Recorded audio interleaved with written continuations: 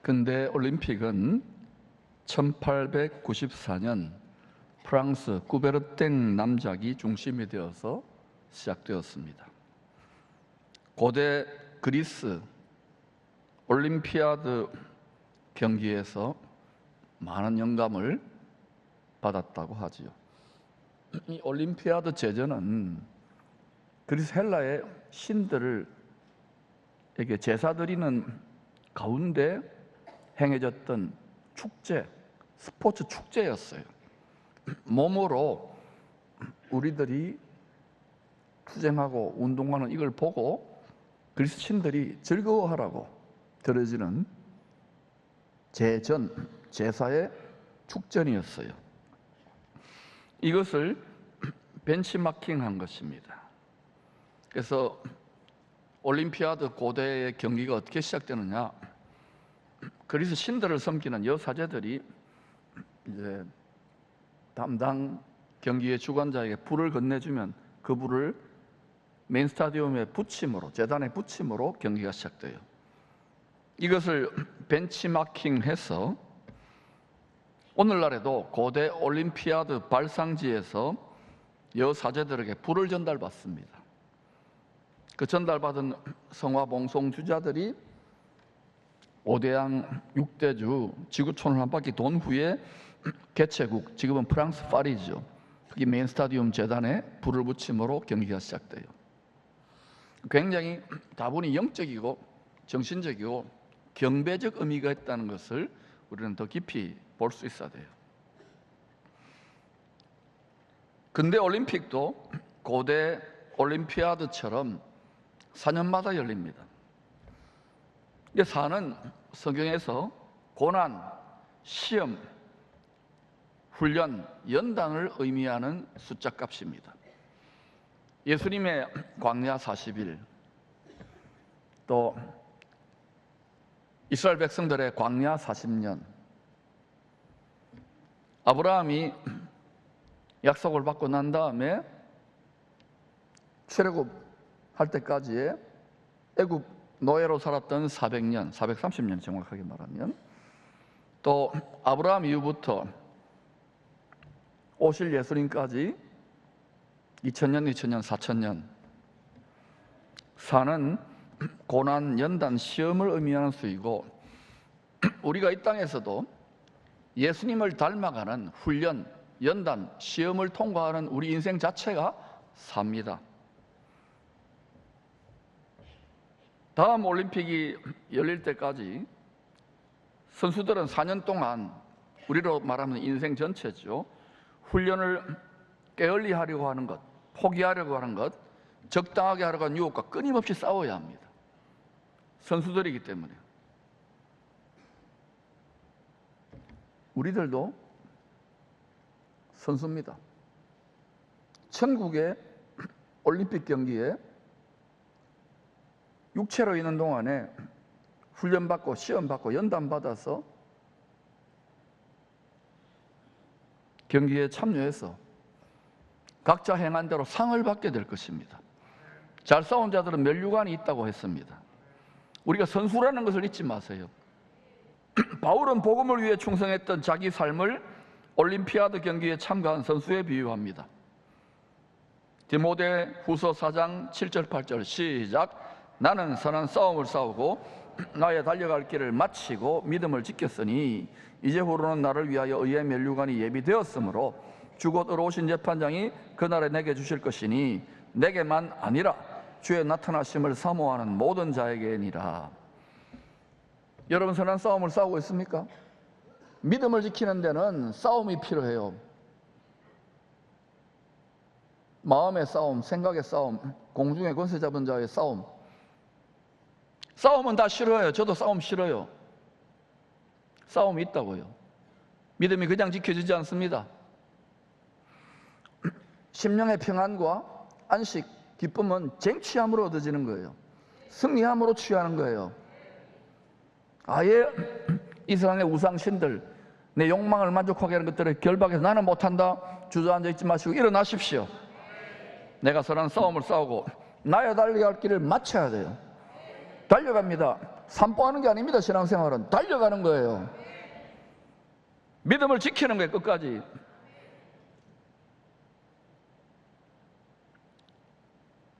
그런 자들에게 이제부로는 나를 위하여 면류관이, 의의 면류관이 각 사람이 행한 대로 갚아주는 거예요. 주 곧 의로우신 재판장이 그날에 내게 주실 것이니, 바울은 그 금메달 받는 것, 그 메달 받는 것, 상 받는 것을 확신하고 있어요. 그런데 중요한 건 내게만 아니라 주의 나타나심을 사모하는 자에게도니라, 모든 자에게. 여러분 사모하시잖아요. 신랑이에요. 우리가 결혼하기 위해 오신다고요. 한 몸이 되고 하나가 되기 위해서. 안전하서나 주의 나타 신랑이 오실 것을, 그 결혼식 날짜 공중혼인잔치라 그랬죠. 그걸 간절히 안전하서나 어느 정도로 사랑하라 그럽니까? 마음을 다해, 생명을 다해, 힘을 다해, 뜻을 다해. 가족이 있어요. 어떤 것보다도 더 우선적으로 사랑하라는 말이에요. 점점 미지근해지고 식어가요. 불법이 성함으로 사랑이 식어져 간다고요. 성경도 왜곡되게 많이 가르쳐요. 다시금 사랑이 불타오르기를 축복합니다. 마태복음 3장은 약속대로 죄인들을 구원하기 위해 달려오신 주의 길을 준비한 요한의 이야기입니다. 이사야 40장 3절 4절의 예언을 성취하기 위해 보냄을 받은 율법의 마지막 선지자가 요한입니다. 또한 말라기서 4장 5절 6절에서도 엘리야의 심령과 능력으로 와서 요한이 회개의 사역을 할 것을 예언했습니다. 모든 것은 약속한 대로, 말씀한 대로, 예언한 대로 전개되고 있어요. 앞으로 세상도 환하게 말씀대로 가고 있다는 것을 기억하시기를 축원합니다. 그런데 여러분이 성경을 모르고 말씀을 읽지도 않고 배우지도 않고 어떻게 준비를 합니까? 자기 생각과 자기 고집과 자기 느낌에 사로잡혀 달려가지 마십시오. 세상 사람들은 완전히 다른 세계를 살고 있는 거예요. 사람은요, 육체가 아닙니다. 그 사람의 마음의 생각이 그 사람이에요. 여러분의 마음 어떠합니까? 여러분 생각 어떠합니까? 위의 것을 바라봅니까? 위의 것을 생각합니까?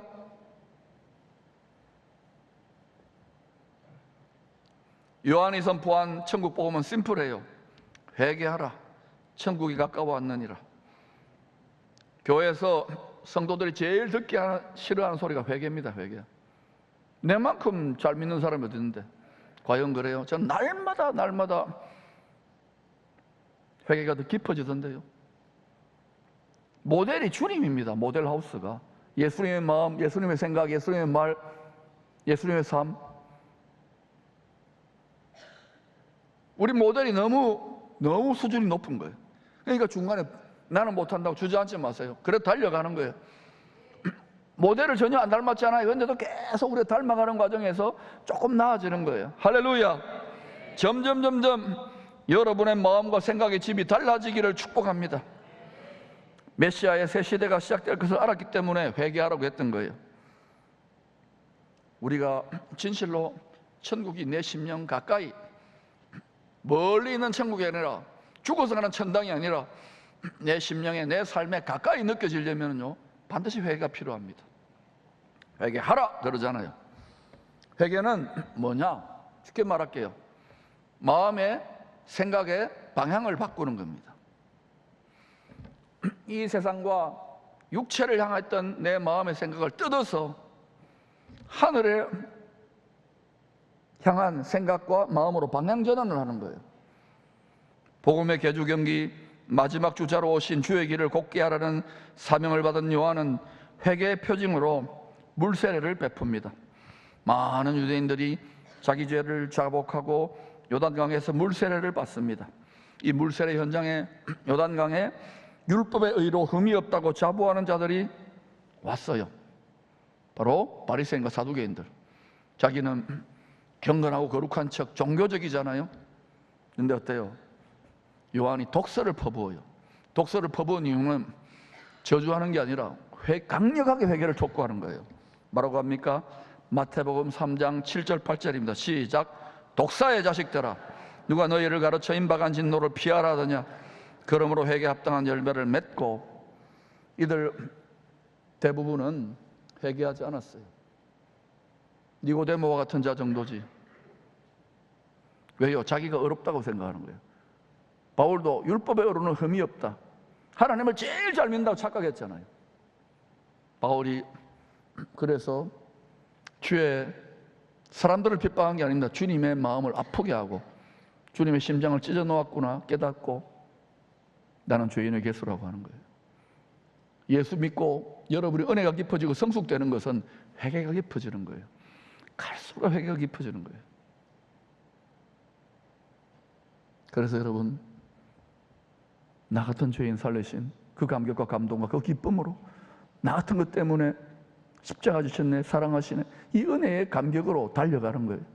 사랑을 깨닫는 것이 능력인 줄로 믿습니다. 이게 안 되면요 싸나워집니다. 이게 안 되면요 거칠어져요. 뭐 좀 희생했는데 인정 못 받는 여러분 섭섭해져요. 마음에 주님 주시는 주님의 사랑을 깨닫는 기쁨이 솟구쳐 흐르기를 축복합니다.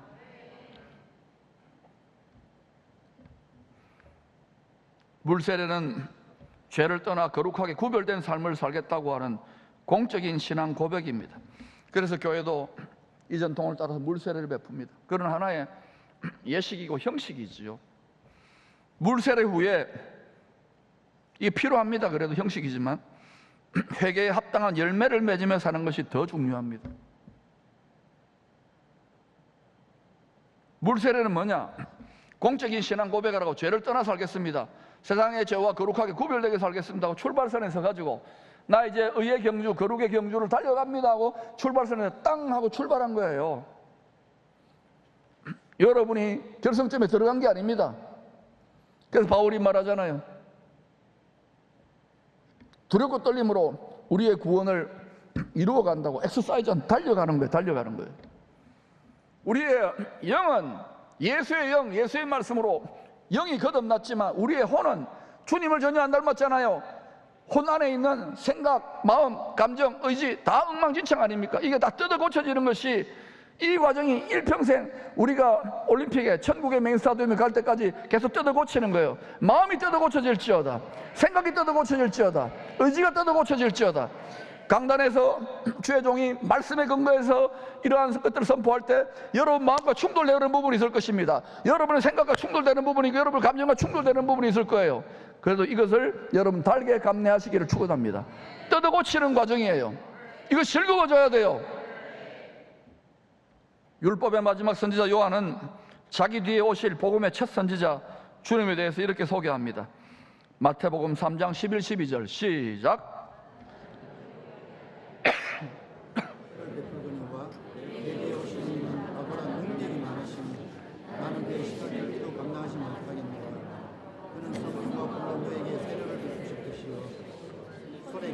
자기의 타작마당을 정하게 하사 알곡은 모아 곡간에 들이고 쭉정이는 꺼지지 않는 불에 태우시리라. 천국 복음의 첫 선지자 주님이 하실 일은 크게 두 가지예요. 첫 번째입니다. 손에 키를 들고 타작마당을 정하게 할 것이라고 합니다. 그래서 알곡은 모아 곡간에 들인다고 합니다. 무엇이 알곡이고 무엇이 쭉정인지를 정확하게 전능자시기 때문에 알곡만 모아서 곡간에 드립니다. 곡간이 어디입니까? 쉽게 말하면 천국이고 그리스도의 나라입니다. 추수 때 마태복음 13장에 보니까 추수 때는 세상 끝날이에요. 새 세상에 온다는 거예요. 끝나는 게 아니에요. 뭐 핵전쟁을 다 멸망하고 그런 게 아닙니다. 그런 게 일어나더라도 새 날이 와요. 아멘. 새 세상이 열린다고. 앞으로 세상은 더 요동칠 겁니다. 그러다가 두려워하지 마세요. 이스라엘에서 전 세계와 상대하는 일들이 계속 일어날 겁니다. 추수 때 타작마당이 될, 타작하는 게 뭔지 아시죠? 농부들 돌이켜지라고 키질을 한다는 거예요. 이 세상의 밭에서 키질을 할 때 이 키질을 하는 거예요. 키질을 하면 어때요? 알곡은 계속 주님 품 안으로, 주님이 성전이니까 주님의 깊은 곳으로 계속 들어가고, 쭉정이는 어때요? 날아가 버리는 거예요. 쭉정이가 뭔지 아십니까? 쭉정이는요, 처음에 말씀을 받았지만 주님을 닮아서 속이 꽉 들어차가지고 잘 익은 열매가 아닌 거예요. 그건 곡간에 들어가면 그냥 바람에 나는 겨와 같이 날려버리는 거예요. 가라지는 뭘까요? 가라지는 처음부터 말씀의 씨, 믿음이 떨어지지 않았던 거예요. 다 주님을 닮은 잘 익은 열매로 익어가기를 축원합니다. 마지막 추수 때가 반드시 있습니다. 주님을 닮은 좋은 열매로 잘 익어가야 하겠습니다. 마지막 추수 때는요, 삽시간에 일어납니다. 100년, 200년이 아닙니다. 7년입니다. 7년 중에 3년 반입니다. 살짝 일어나요. 그러므로 지금 익어가기를 축원합니다.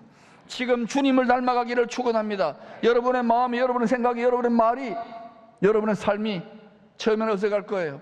자꾸 해보세요. 내가 말씀과 성령을 먹고 마셔야지만이 힘을 공급받아요. 두 번째, 주님은 또한 성도들에게 성령과 불로 세례를 베풀 것이라고 합니다. 물 세례를 받아서 죄를 떠나는 삶을 살겠다고 고백한 성도들에게 물 세례 받은 성도들에게 성령과 불로 세례 베풀 것입니다. 물 세례는 끝이 아니에요. 거룩하게 구별된 성도의 삶의 시작일 뿐입니다. 세례교인입니다. 시작일 뿐이에요. 요한복음 3장에서 주님은 물과 성령으로 속사람이 다시 태어난 성도들이 천국 곳간에 들어갈 것이라고 합니다. 물세례를 받잖아요. 물세례를 받는 가운데 내가 성령의 은혜로 말미암아 내가 속사람이, 영혼의 사람이 다시 태어나는 거예요. 애기 태어났으니 애기잖아요. 이 애기가 말씀의 젖을 먹고 말씀의 밥을 먹고 성령의 물을 마시고 자라나는 거예요. 여러분 지난 주간에 밥 많이 먹었잖아요. 물 많이 마셨잖아요. 말씀의 밥을 먹었습니까? 성령의 생수를 마십니까? 이 신령한 체질로 훈련받는 올림픽에 출전할 때까지 계속해서 진짜 시합할 때까지 훈련받는 거예요. 연단받는 거예요. 저는 주님이 파견한 감독장 되시는 주님의 명령을 받아가지고 여러분을 계속해서 안일함에 빠지지 않도록 계속 독려하는 거예요. 이게 싫게 들리지 않기를 바랍니다. 고맙게 여겨지기를 바랍니다.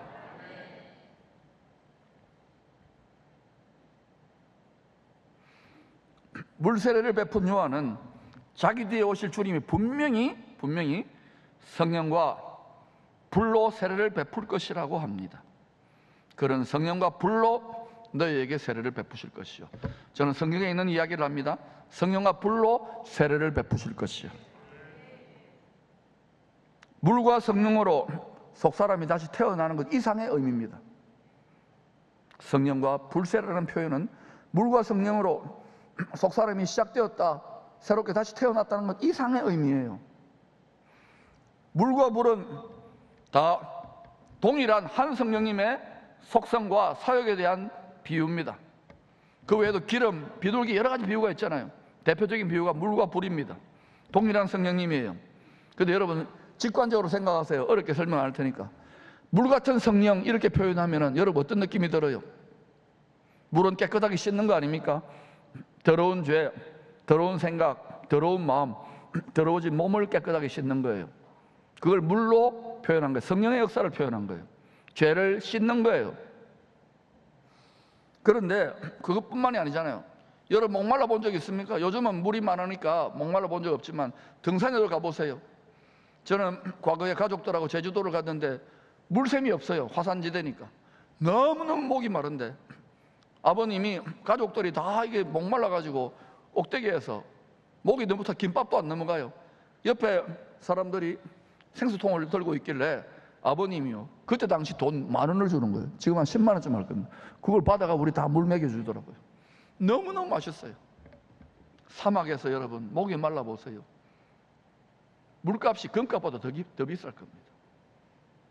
물은 그런 거예요. 여러분 우리 다 목이 마르잖아요. 여러분 무슨 목이 마릅니까? 성공에 목마릅니까? 세상 사람들 전부 다 돈에 목마르고 성공에 목마르고 권력에 목마르고 그 목말라가지고 안 돼요. 깊은 영혼의 목마름이 있기를 축원합니다. 물은 씻어내고 죄를, 물은 갈증을 해결해 주는 거예요. 고맙지요?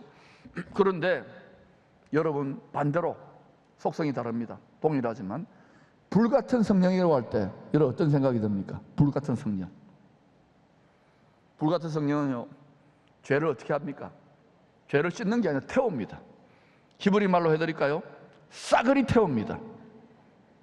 헬라 말로 할게요. 깡그리 태웁니다. 여러분 죄를 씻는 것보다 죄를 태우는 게 훨씬 더 강력하지요.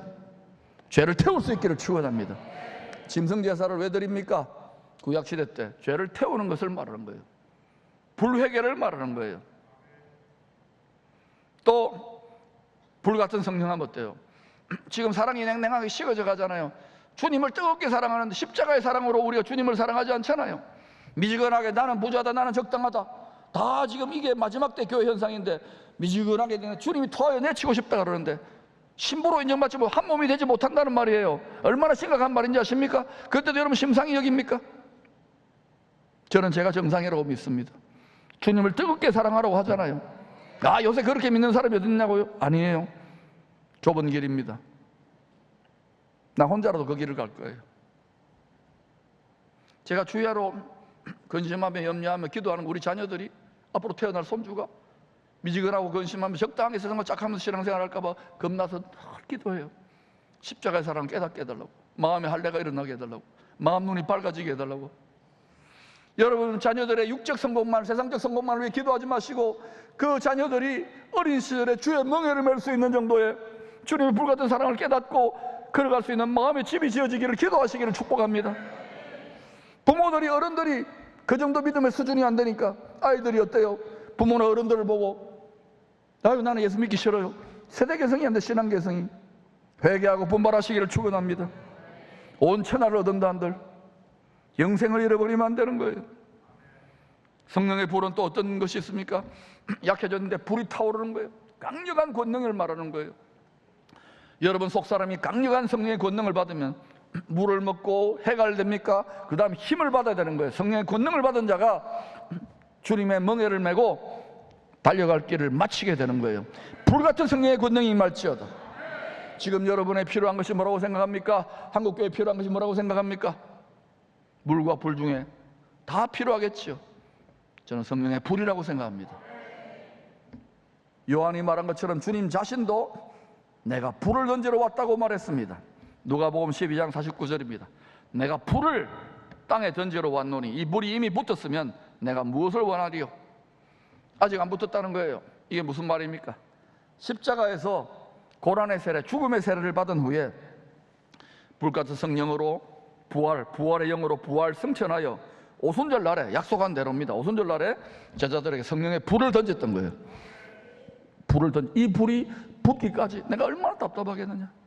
제자들이 이 불이 붙기 전에, 성령의 불 받기 전에 다 서로 싸우고 물고 뜯고 주님 가슴에 대못 받고 도망가고 배신 때리고, 그런데 주님이 얼마나 답답하겠어요. 그러나 그들이 성령의 불이 던져지니까, 성령의 불이 붙으니까 어때요? 이들이 복음의 주자로 열방을 불태워버리는, 할렐루야. 주님의 불같은 소원은 성령의 불을 받은 충성된 자들이 주님의 명예를 함께 메고 복음의 경주를 마무리하는 것입니다. 반드시 천국 복음은 땅 끝까지 전파되게 돼 있어요. 세상이 진동하고 어렵더라도 이 복음의 불 받은 자, 성령의 불 받은 자, 하늘의 불 받은 자를 통해서 나아가는 거예요. 여러분, 우리는 각자 부르심의 자리에서 우리의 달려갈 길을 달리고 있습니다. 시대가 어려워지는 이유는 다른 거 아니에요. 하나님의 자녀들이 하나님의 자녀들답게 거룩하게 구별되게 사는 것을 두려워하기 때문에 그래요. 커밍아웃 하시기를 축원합니다. 그리고 성전 뜰만 밟지 말고 회개의 불만 밟지 말고 마음이 성소가 되어서 마음에 기름이 부어져 일곱 등잔불처럼 마음이 밝아지기를 축원합니다. 어두워진 마음은 밝아질지어다. 마음과 생각이 다 뜯어 고쳐질지어다. 그리고 마침내 신랑의 멍에, 주의 멍에, 아버지의 멍에를 함께 지고 영광의 불, 영광의 왕에 감하지요. 그 영광의 불이 임재하는 게, 그 불을 받는 자는 말릴 수 없어 끝까지 달려갈 길을 마치게 됩니다. 그런 가정, 그런 자녀들이 앞으로 많이 일어날 줄로 믿습니다.